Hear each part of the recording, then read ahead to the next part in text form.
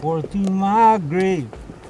Bring with you, young woman, for young woman I crave.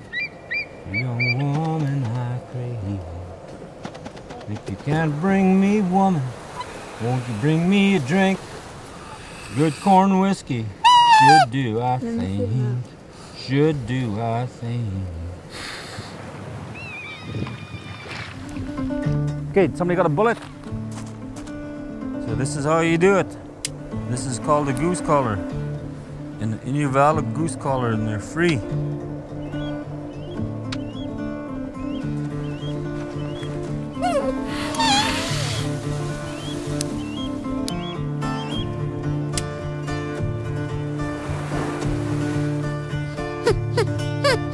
You see how much it's sticking out? See where my thumb is and my fingers are? Okay? And then you put your teeth right here and your teeth on this side. Don't bite it. Very lightly. Good job. Holy man, honkers coming in. Coming in low. Our kids are 4 and 6 years old. And by taking them out here, I exposed them to some of the traditions that kept us strong, and maybe even free them from some of our past burdens.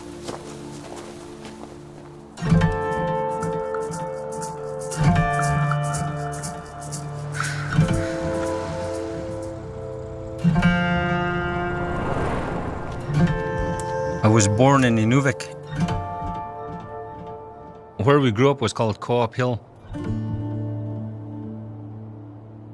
About half of the kids came from homes where there was alcohol abuse, and the other half didn't.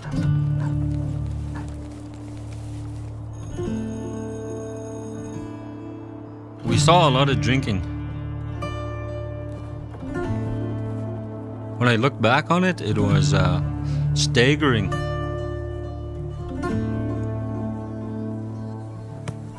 People were drinking hairspray, they were drinking solvents. The drinking got totally out of control. It was almost like wildfire. And I can understand it too, because I'm an alcoholic. When I drink, I can't stop. I either drink till I pass out, or I drink till there's nothing left and I can't find any more in town or anywhere. And only then will I stop.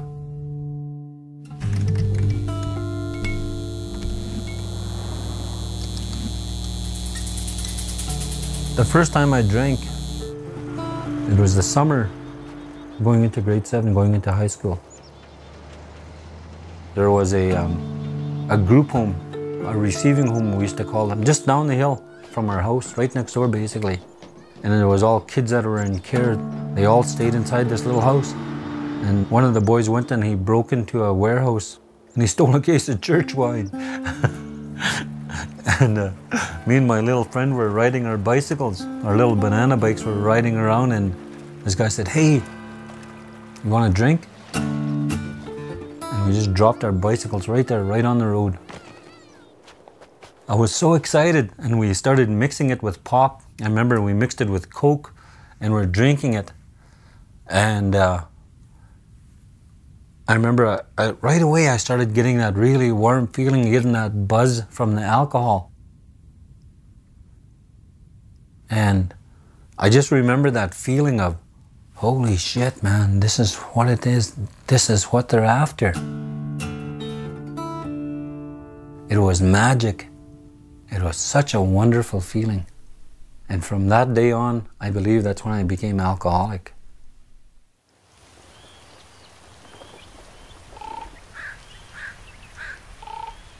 I'd just been sober maybe a year or two, and I was looking for anything to help me get some sanity back. Somehow I came across the book Crazywater. It was our story told by us, basically. It was the first time I heard other Native people talk like candidly and openly about their drinking. Finally feeling like someone knew what the heck I was going through, let alone other Native people in Canada. You know what, Brian? I had no idea what to do other than string myself up until Someone handed me your book. I think it was one guy's story about how he was grieving his loss. But so that was the first time I ever heard of anybody talking about alcoholism. I knew that the story of Native people and alcohol was one that touches all of our people, and I thought that if I could come up with a way of dealing with that and in print, it would leave something lasting that would probably, hopefully, contribute to solutions.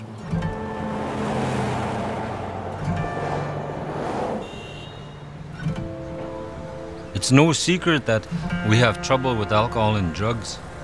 You know, all you got to do is just, you know, go and look out down in the inner cities and on the reserves, and you know, you see there's still a lot of alcohol and drug abuse in our communities. I want to get people to start talking about our own denial, about our own alcoholism. How can anybody understand us if we don't tell our story?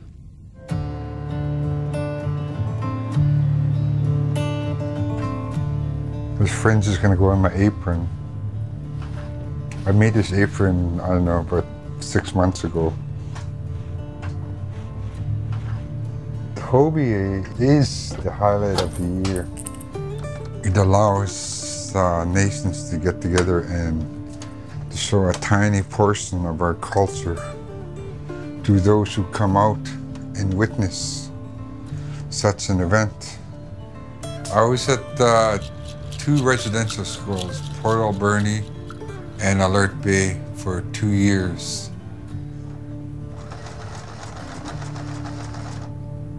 People have reasons why they drink. Maybe it loss of job or loss of family, right? But for me, it was the abuse that I went through, that's why I drank. And I never forget the first drunk.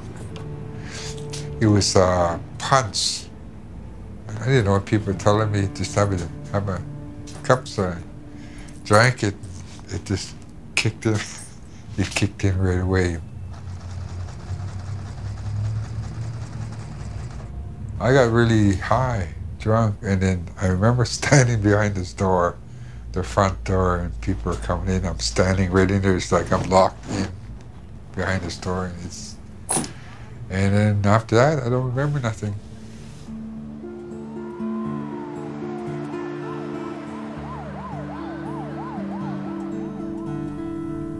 My grandmother drank all the time, and then partying lifestyle was handed down.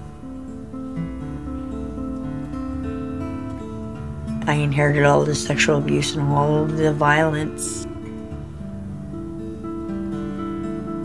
I was thrust into a torturous lifestyle by the age of 3. I'm just grateful that I have the courage to stop. I had been shooting up in Edmonton since I was 11. I think I was 28 years old. And this is the corner that I first came to when I came to Vancouver.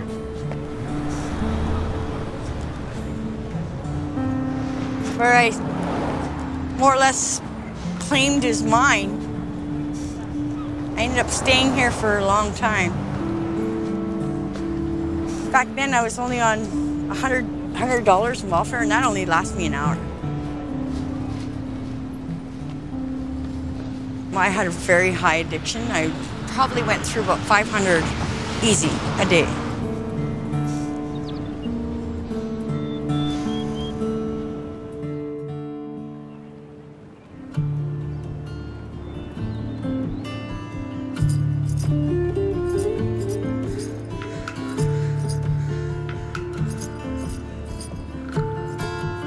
I grew up in white society. Because my stepfather was in a residential school, we were raised that we weren't Indian, that we were white.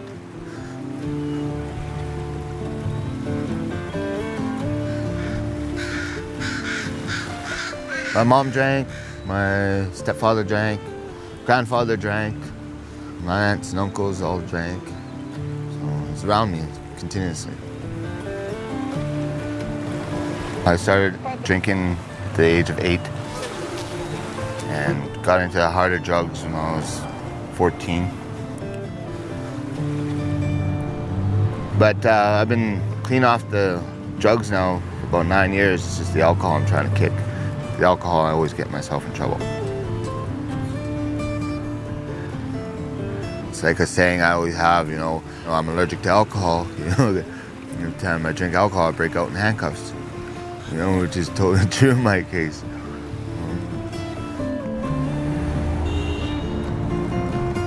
There's such a stigma about being a Native person and alcohol. We're like, that's our racial profile, is we're fucking drunks. And it's kind of a well-deserved moniker too, because for the most part we have been. You know, through our history, we've always struggled with alcohol. So there's a lot of shame and a lot of guilt around being Native. You know, you have to have pretty good self-esteem to overcome that stereotype. I just kept on going. Drink, drink, drink. It's all I knew. It's all I wanted to do. All the anger that I had towards the group homes, the residential school, I let it all go. And that last straw was with the police. And they said, I'm gonna arrest him. So what's going on?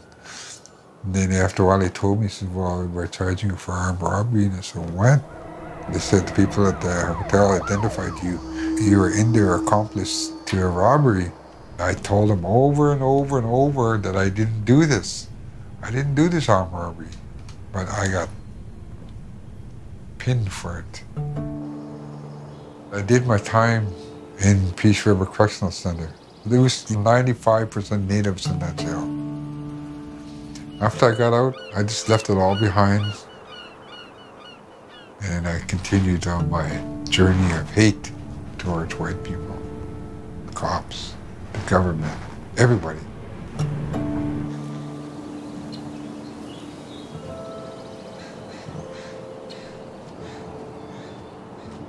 You know, I can understand the point of the courts giving me a 9 o'clock curfew.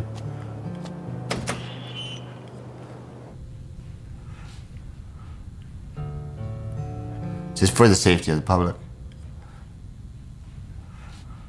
Because 9 out of 10 times I get released from jail, I end up back in jail the same day. So I have to stay here for a couple months till I get some programming behind me, some treatment behind me. It's either here or jail. For me, it's not the type of life I'd wish for anybody, you know, but for some people, they need it. For me, I need it, you know, because I know where I'd be right now. You know, I probably would be on the streets, drinking. This one I did when I was 15. I was all messed up on cocaine. And, you know, my arms were bare at the time. I figured I'd do a tattoo on myself. This one here, did this when I was 16. 16 or 17. And it represents confusion. This one I did when I did some time in the hole when I was doing federal. And this is made from a staple and burnt paper and water. So all my tattoos have a tail of some sort. So, life story.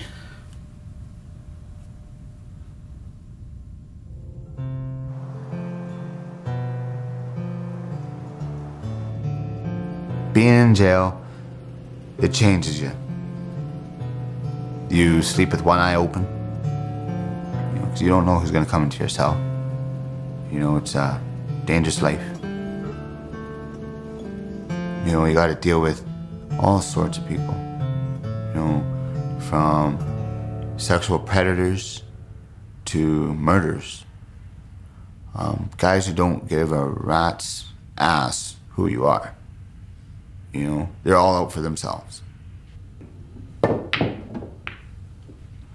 I became part of a crew when I was young. 16 years old, part of a gang, just because I needed the protection, because I'm young, in a big jail. Hey. Lots of big guys around me, and I'm the little guy. You know, you watch it on TV, and, you know, it looks so glamorous, it looks so good, you know, but it's not. Because once you're in, you're in.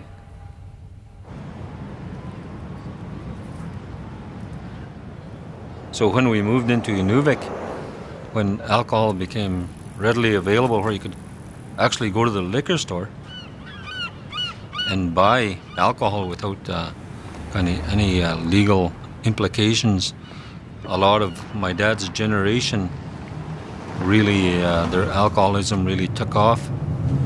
It used to really kind of give me a lot of anxiety coming back here. My whole past kind of happened on these streets right here, right along this road here. This is where my ghosts are, right?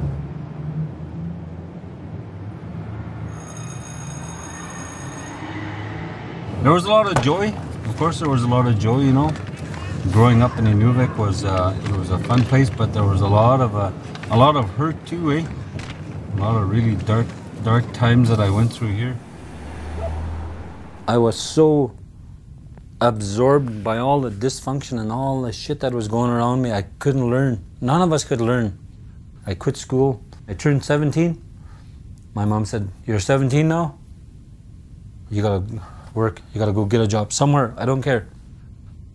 Oil industry was going on. Some of my older friends were working, coming to town with lots of money. Big checks, man. I started phoning around the oil companies and I got a job. So 17 years old, I come back to town, I got my check. I'm a man now. What do? We drink from Friday, Saturday, Sunday. And we drink and laugh, drink and laugh. Sunday, we're all broke. Flat broke Sunday. Somehow we scrape up enough to get a bottle and we're in someone's house and we're sitting there and the depression sets in on Sunday when we run out of money. Hey, what's up? Hanging out? Yeah. Remember fucking going out to work and then coming back with thousands of dollars in the bank and just pissing it all away? Yeah. And then going back to work. And then going back to work and then coming back and then EI kicks in? Or your pogey kicks in and you sit in the fucking bar all winter long on We pogey? did that for what, 14 years? Yeah, 15 years. Long when Esso was up here when the oil companies were here. Yeah. Then they all left and just left you with nothing. But still, even when you had nothing, you could still go out and get fucking loaded too, right? Oh, that's again, it's the brotherhood. Yeah. Who's got the money pays, and then when you got no money, then somebody else takes over, and it just circles. Yeah, for sure, man. People can get drunk day after day after day. Lots of them get out of it, but lots of them don't.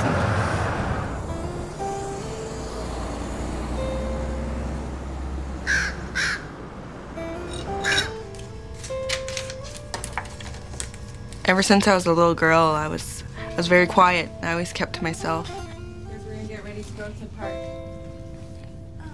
Oh, okay.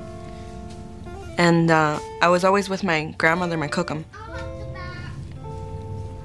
My mom was in and out of the picture a lot of the time, but I used to always miss her, and I needed to be with her, and I always longed for that. I don't know too much of the story then, and I can't remember a lot, is that my grandmother couldn't look after me, my cookum, because she didn't have the funds or the means, and she was in school. So she ended up putting me in care.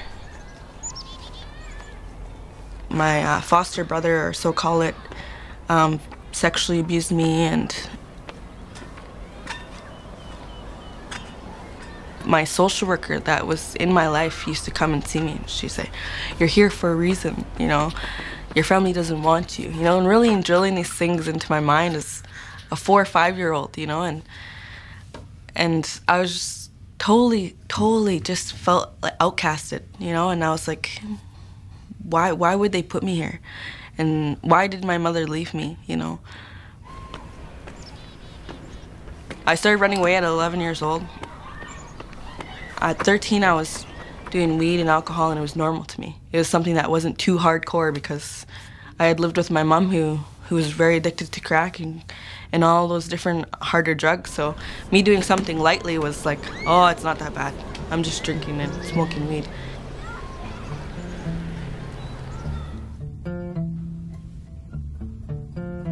Well, my dad, he was a good guy, but he drank a lot. And when he wouldn't come home for basically days at a time, I would go looking for him. And I remember standing outside, wanting him to come home. And what can you do when you're a little kid, 6, 7 years old? What can you do but cry? I wanted him to come home so bad, but he wouldn't come. And that's alcoholism, man. You just, nothing matters, I guess.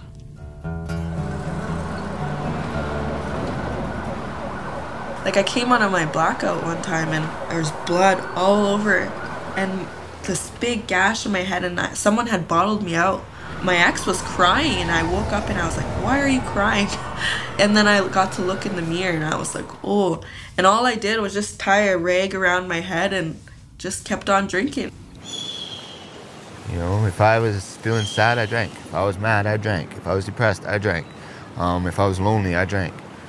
You know, now I'm dealing with all these emotions and feelings that I've never dealt with before. And it's hard. Merry Christmas, everyone. You guys. I remember Christmases were especially hard for us because that was usually the time that he would go on a big bender. And it would last for days and days. I remember my mother throwing him out because he couldn't sober up. And I remember him losing jobs because he couldn't sober up. Never really got to spend much time with him. And I think that's kind of where my resentment towards him grew. Every Christmas they would have a Christmas party for the kids. We got into the gymnasium and it was just full of families. I think we might have been the only Native kids there. And by that time too, I'd already made assumptions about Native people. Santa called all the names of all the kids and all the kids went up and we were waiting and waiting and waiting. And he never called our names. We found out later that it was the parents that were supposed to bring the gifts there. What does that do to a kid, 8, 9 years old? I felt like it shut the door on my worth as a human being or whatever.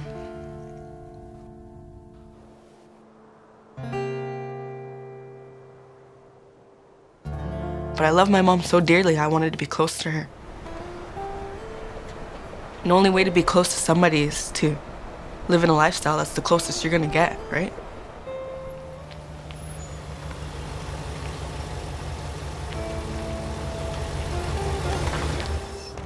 I got pregnant and I said, I gotta clean up. I gotta not do any weed or anything. And I had my son Darius at 16, and I lasted about 9 months. Through those 9 months, I had fallen off and started to use heavier drugs like ecstasy. I went to a battered women's shelter, and in that shelter I was like, I'm done with breastfeeding. I need to go get drunk, you know? And the day I went to go put my son on formula was the day I walked into the liquor store with my 2 kids, my 2-month-old and my 3-year-old. And I took them to the park and I just sat there and I drank, you know, all by myself.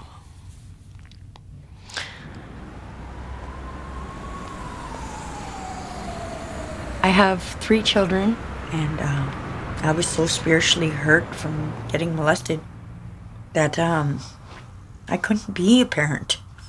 I loved my children with my heart, but I didn't love myself.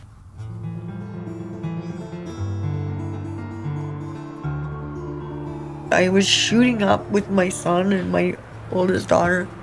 She witnessed me pulling tricks. And my son and my other daughter used to keep 6 while I did drugs. And when they were 5 years old, they got taken away. The more I hurt for the kids, the more I used drugs, which is the cycle, I think, of a lot of mothers that have children in foster care. And the tears that I cry is because I missed watching them grow up.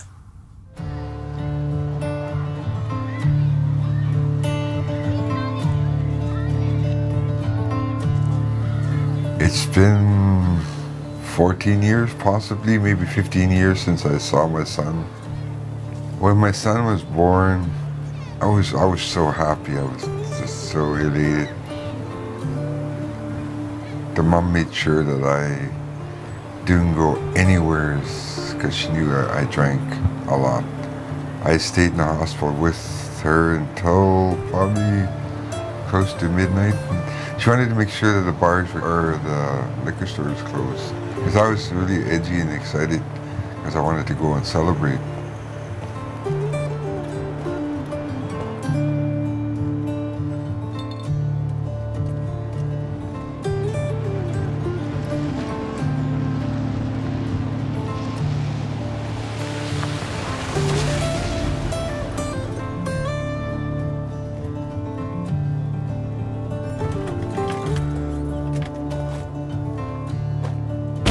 Getting ready to go out to the whale camp.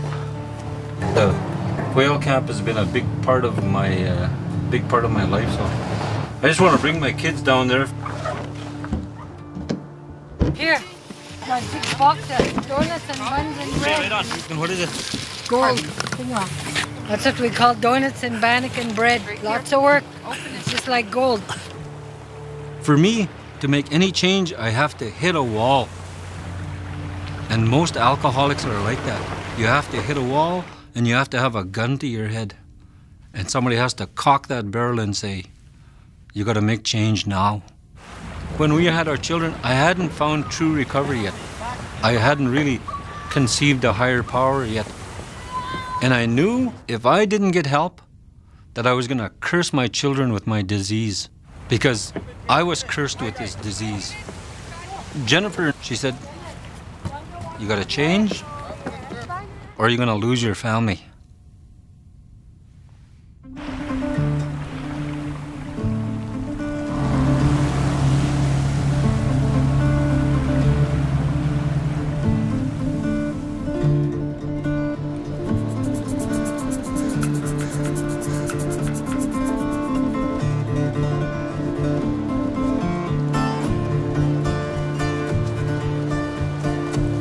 When I have anxiety and when I'm feeling kind of out of sorts, it kind of rubs off on my children, especially on my son because he's really sensitive too.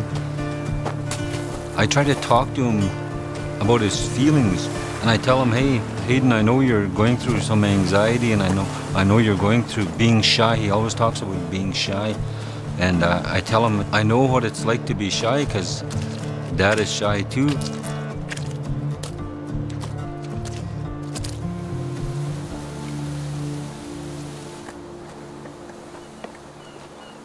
I guess the best memories I have of my dad was when we would go out hunting, because I knew that when we went out hunting, I would have all his attention and I wouldn't have to deal with his drinking.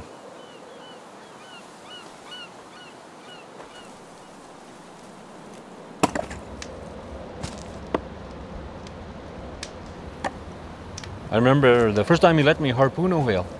It was just out here, as a matter of fact, with my cousin Larry Sumler and my other cousin Ipan. Larry was driving the kicker and Ipan was sitting in the middle trying to roll a smoke, and I was harpooning. And my dad was in the middle somewhere just telling us what to do, telling Larry how to follow the whale. I'm there with the harpoon and my dad said, as soon as the whale comes up, as soon as you see it, throw the harpoon. That whale came up like that and I threw my harpoon and it stuck in there, and he said, throw your rope out and throw your jerry can. I threw it out and pretty soon that whale took off and I was bobbing away in the water with a big 22-foot canoe, and I don't know how the hell I fluked it in one shot. Boom! Killed it and it was stone dead, and holy man, you would have thought I won an Academy Award or something. The way he was praising us up, he just couldn't stop telling everybody I got it with one shot. So that was pretty good, man. When you're a kid like that, and your dad gives you that kind of praise, there's nothing better than that.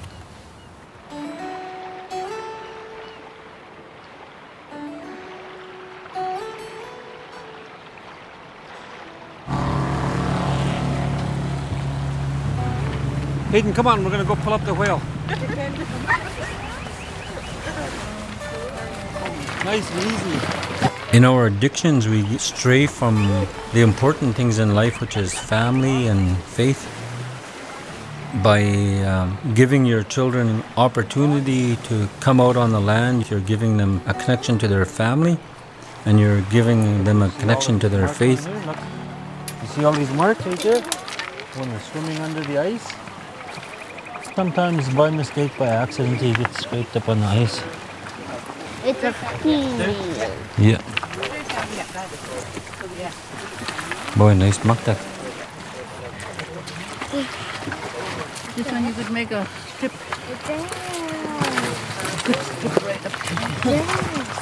I bring my kids out to Baby Island because I want them to know that they have a place on this earth.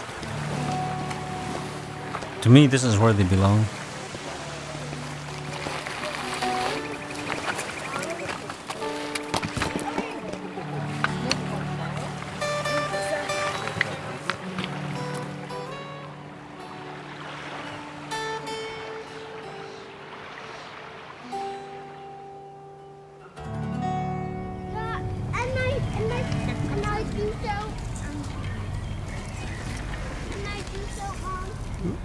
Darius seen me and my addiction before I even had my son, so when he was 3.5, like, he remembers these things. He's very smart. That day when they got apprehended, I remember them sitting in the van and I was crying and I was hyperventilating and my younger son was crying and Darius looked at me and he said, "Don't worry, Mom, I'm gonna take care of my brother." And that was the day I made the decision. You know, I had made a decision that no matter what was going to come in my path, I was going to pull up my socks and get walking, you know? That I wasn't going to blame anybody anymore for my past.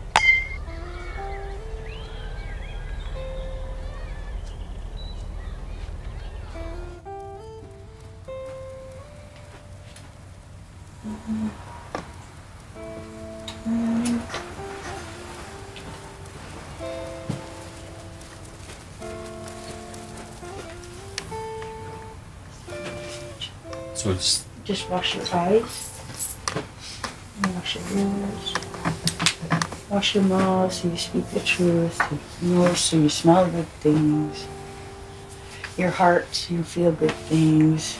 That's what we do with the smudge. It's a big part of my recovery. yeah. I got to a point where I couldn't take it anymore because I was getting beat up. I was owned. I asked the Creator to get rid of my resentments, help me with my fears, and protect me from myself. Because it's me who chooses these things without even thinking it's my choice. This is my first blanket I've made. But this is for my son for his grad. Because this is the first one, so I had to give it away, and I'm giving it to him. My son doesn't know my past. I want him to understand where his dad was. I sort of told him why he was taken away, but I never really elaborated more. But I feel he needs to know. I want my son to have what I didn't have growing up.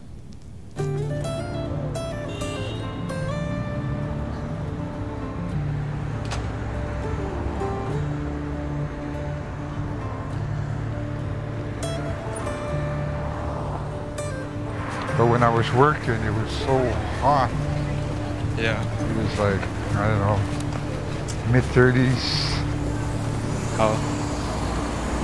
I used to walk by this place and knew I was going to come. I was going to be living in this building here. Oh. So, what was the addiction like? What was your constant feeling? The constant feeling was being high, easing the pain, high on alcohol, drugs. Meth? I did meth, but not as often as. I did it for maybe a month. Yeah. This is the old U gym right here where I used to go. What was that program like? The program was to help me stop my addiction of drugs and alcohol. To more or less give myself a second chance in life.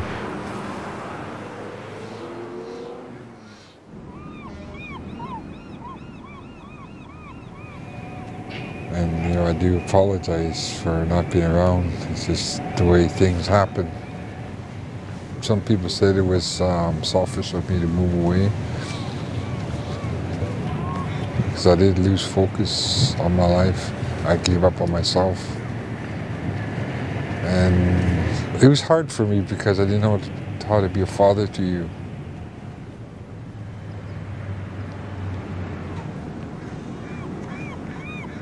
All those years I've been in care, that was pretty bad. I didn't like it, but I dealt with it somehow. Me, my sister, and my brother, we all moved. We were in the same foster home, right? And they got to see their dad, but I was the only one that was left out because, yeah, you weren't there.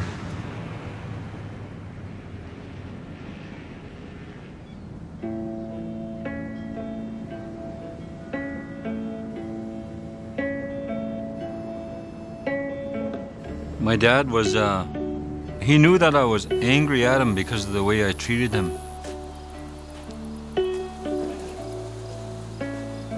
He continued to drink until he died. He never did sober up.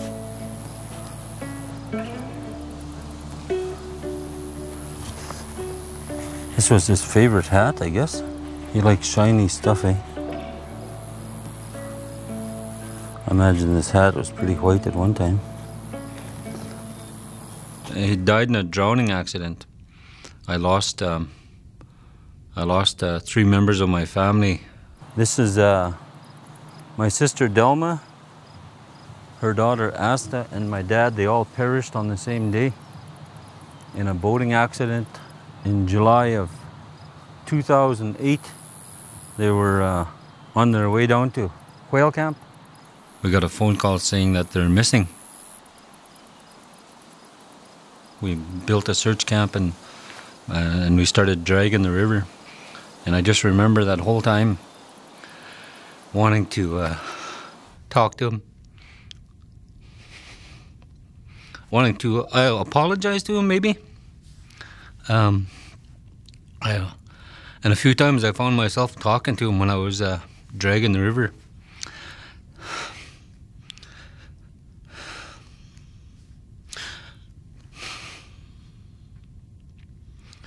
I wanted to apologize to him, I guess, for the way I treated him. And I wanted to have that conversation that I never did have with him.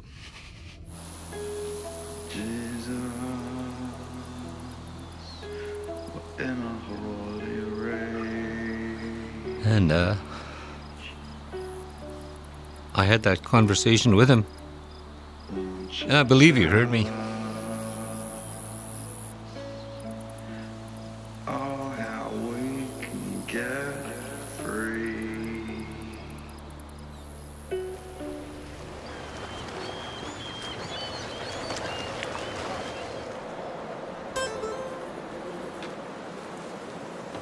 This is where our family was. This is our kind of family retreat. So after my dad died, it just didn't feel the same anymore.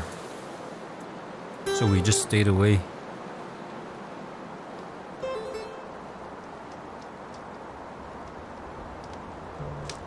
In sobriety, I've learned to reconcile the past and come to terms with it. I have to accept it. And as a family, we decided that in order to do this, we need to purge all the old junk that he's been collecting over the years and just burn it and get rid of it.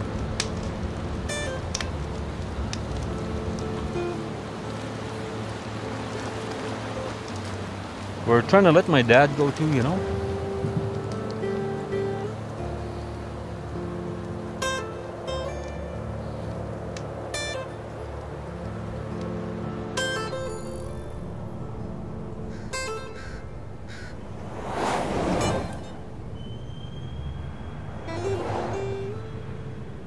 Are we doing waters?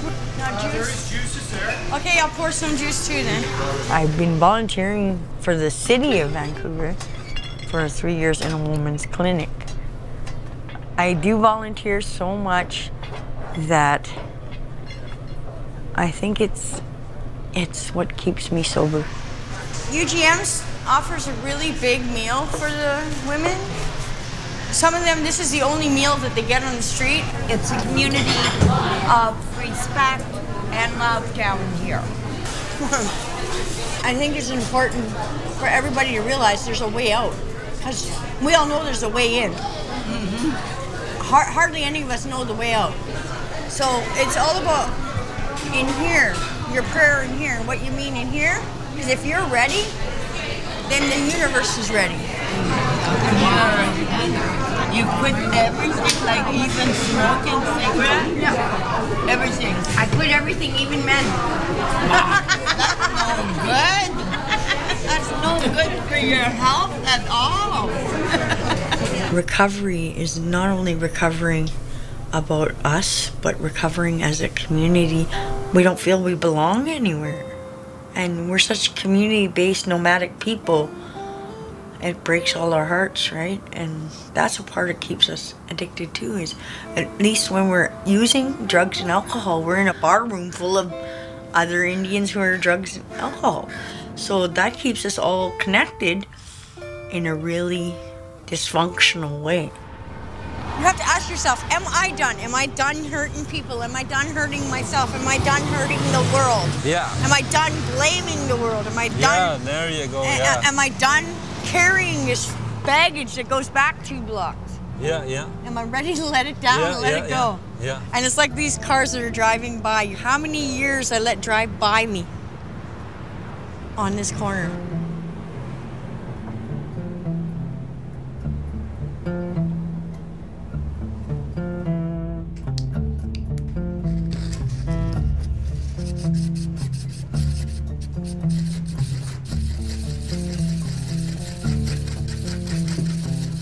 I know when I'm like really stressed out, I should make an art piece or something, because I find that that's where my peace is at. But I've never been taught. Just kind of done it off the top of my head. I'm making a painting of a mommy and a baby. The mommies and then the baby. Do you see it? I decided that I wanted to make a painting for my mom. I think for me and my mom, like, our relationship is just now growing into like a mother-daughter relationship. And she's now there for my children, which is really cool. And I don't know, I think it'll just represent a lot, like, for her to be able to recognize that she is a mom and that she's doing good. And get mommy. Ooh. And your blue nose. There's gonna be a lot of healing, I feel, in the next few years with my family, and a lot of work. What dancer is he? He's a fancy dancer. Fancy. When I think about breaking the cycles with my children, I'm breaking cycles within my nation, and that's what gives me strength.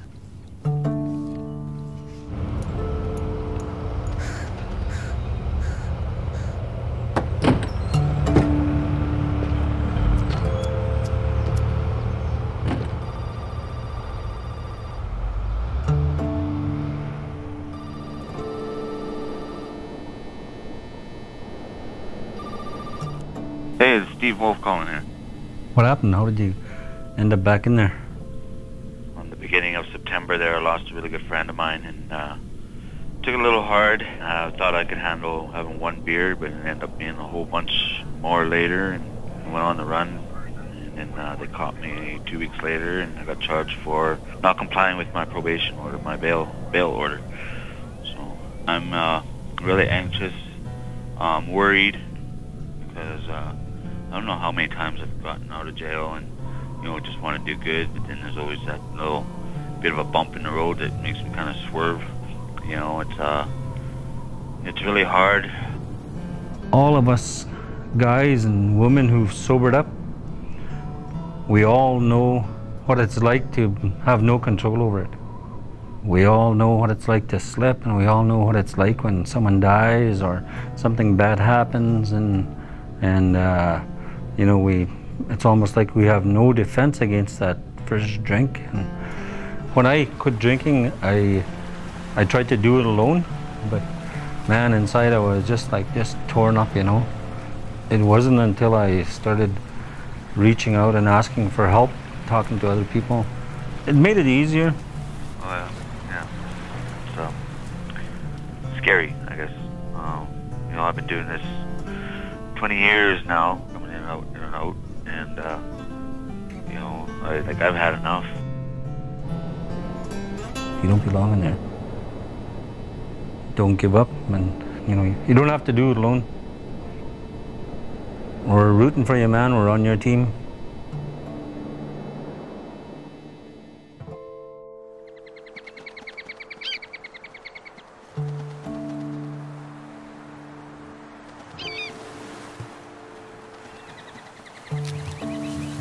I know what we could do. You guys want to try harpoon throw? You guys got to get ready for whaling, you know. You got to learn how to throw a harpoon. Okay, Hayden, harpoon him good. Oh, yeah, you just missed him. You guys, that's the whale right there. Try this one.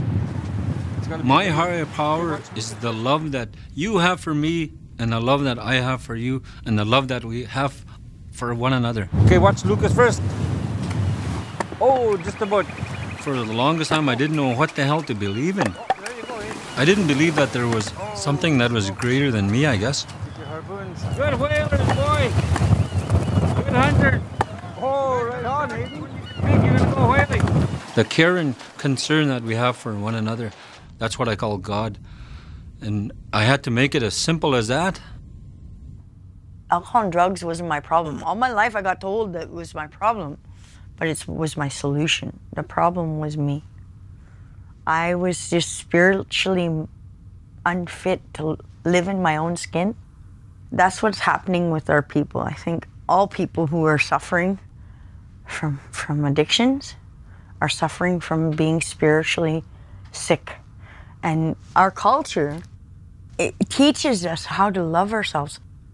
I need to pick up the tools and be the matriarch of my family. Like, I'm coming up as the grandmother and the mother, and I can't do that while smoking drugs or doing alcohol.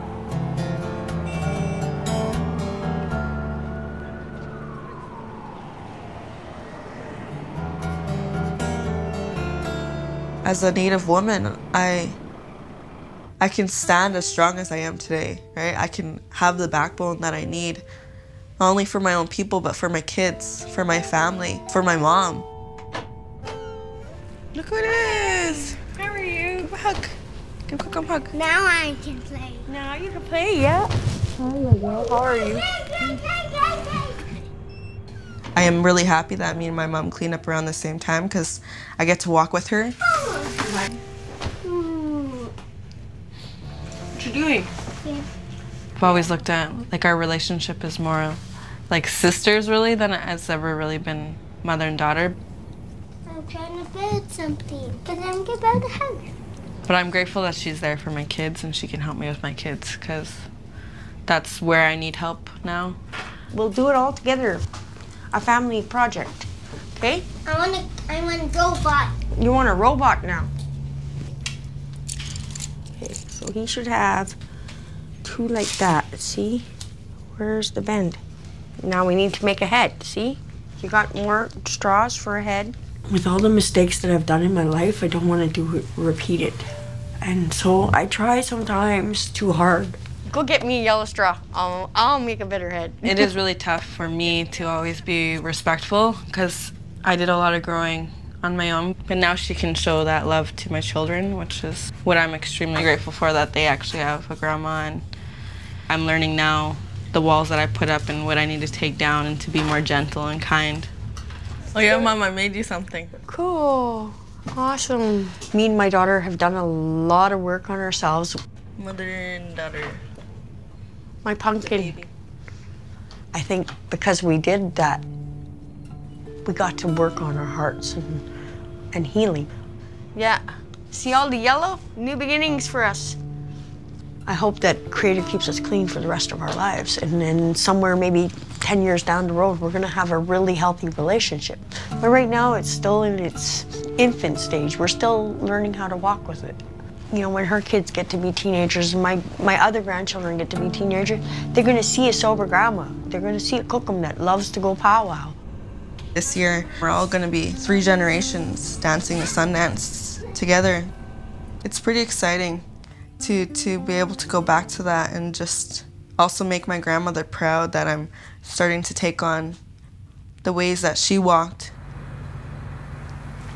The culture, I never thought I would ever have that. I thought I lost it. Just like it was through a lot of us back in the day. Elders and our leader talk about it's good to make our own regalia. One of the things I really worked on are these. These are made like 6 sets of leggings. There's the wolf. This goes on there. But I will eventually add some buttons. The more buttons you have is the sign of wealth for the Samagas and the matriarchs. My mom, she gave me everything, all the beadwork she did herself.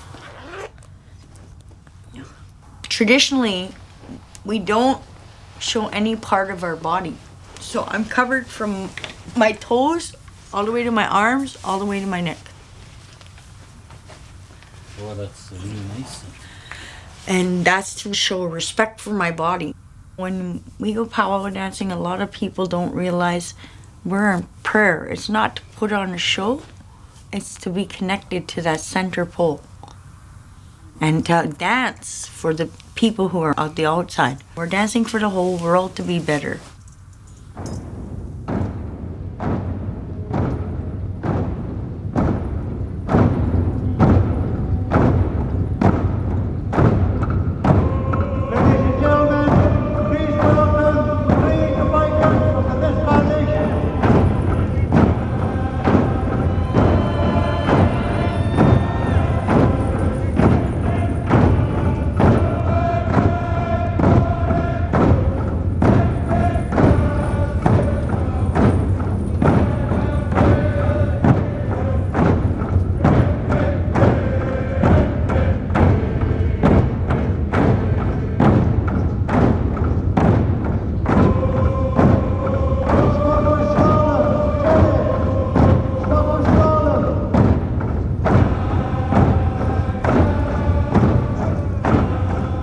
Being part of the community, being involved in everything, it's really important to me because it is my identity, finding who I am.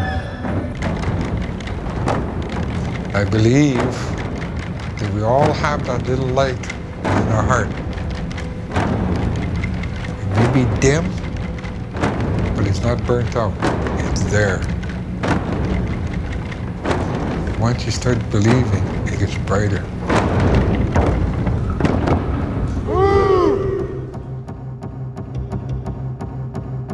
You don't drink from the bottle. The bottle drinks from you.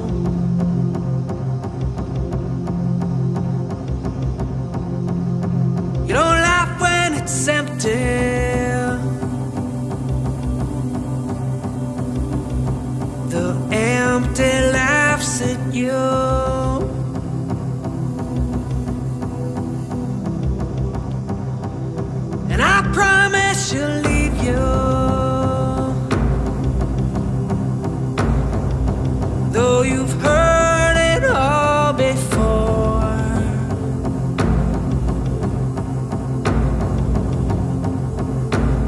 this time you'll be crying as you watch her close the door.